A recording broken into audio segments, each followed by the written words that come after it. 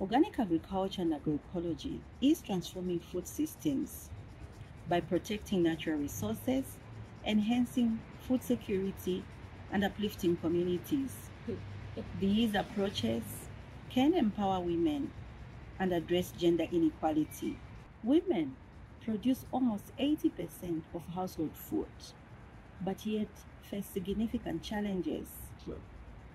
They often earn less, they rarely own land, and have limited access to resources.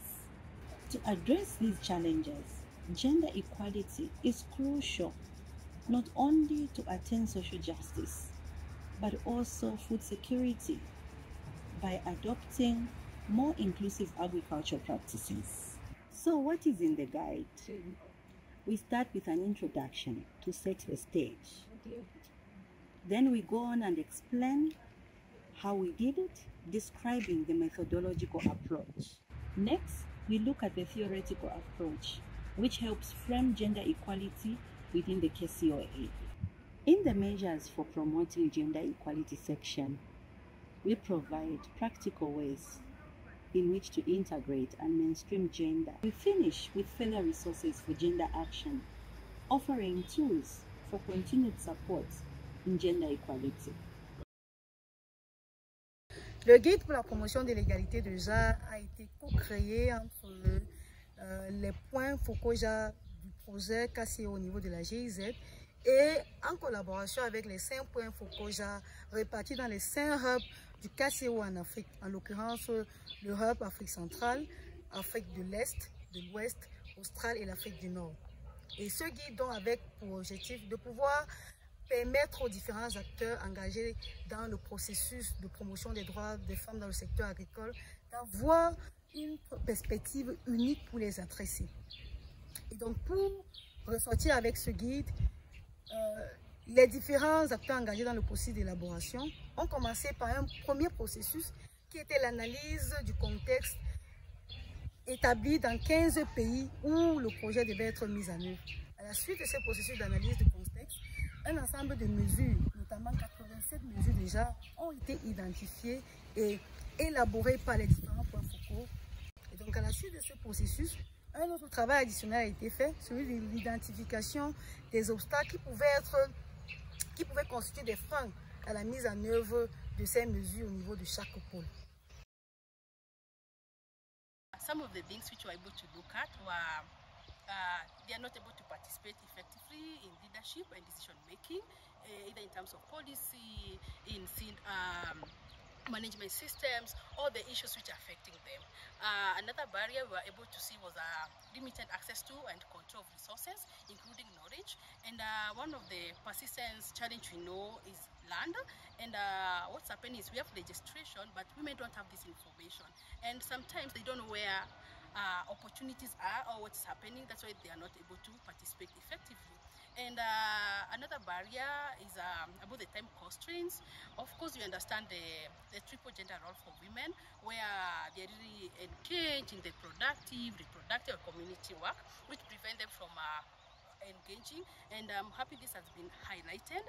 And when we are planning for events, for activities, for projects, we'll be considering those things so that we can ensure women are really participating well. And another challenge which this guide has highlighted is the issue of violence on women, and I'll give an example. Like women, they participate 80% to give the labor in their farms, in the agriculture value systems, and most of the time they're the ones who are tilling the land, farming. Then at the end of the day, when they have the produce that they need to sell it, they are either male counterparts, either sell the food, or maybe they don't have a decision over it. And there's a lot of struggle and constraints on that. Sont l'ensemble de ces éléments qui ont permis la formulation de plus de 80 mesures concrètes, pertinentes et réalistes visant à favoriser l'égalité de genre dans chaque composante du projet CCAV. Certaines de ces mesures permettent simplement de faciliter la participation des femmes aux différentes interventions du projet, et d'autres vont plus loin et sont susceptibles ou visent en tout cas à remettre en question les normes et les relations de pouvoir en matière de genre. Donc ces mesures sont classées en 9 sections qui correspondent aux 9 composantes du projet.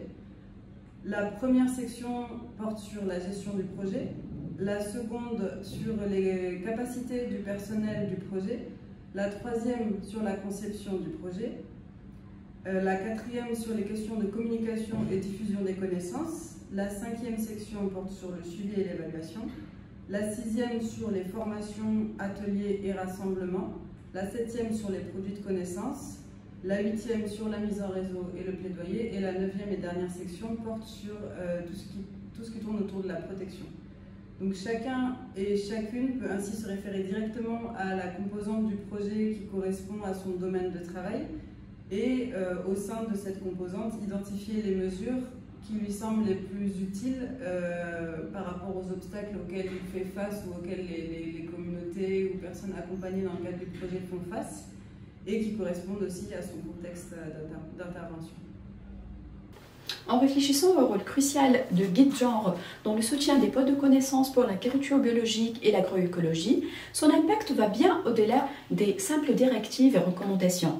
En effet, le guide genre s'assure dans le cadre de ses projets que la sensibilité au genre soit intégrée dans les différentes composantes de ce projet. En évaluant les besoins spécifiques et les impacts potentiels sur les hommes et les femmes, il garantit l'inclusivité et l'équité dès le départ. Ensuite, le guide souligne l'importance de la formation de personnel des pôles de connaissances pour l'agriculture biologique et l'agroécologie sur les questions genre. Cette formation renforce les capacités du personnel à reconnaître et à traiter les disparités de genre, promouvant une approche plus inclusive dans leur opération et interaction quotidienne. Une communication efficace est importante.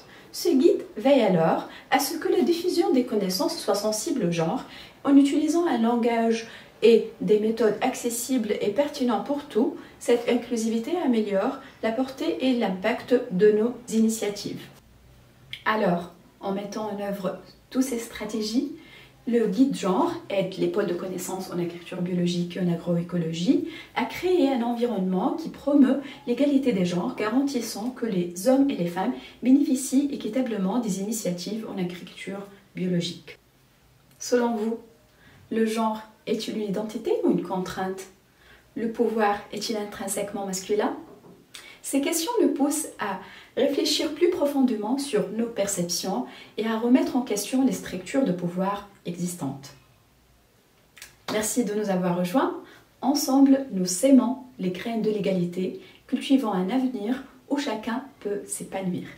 Merci.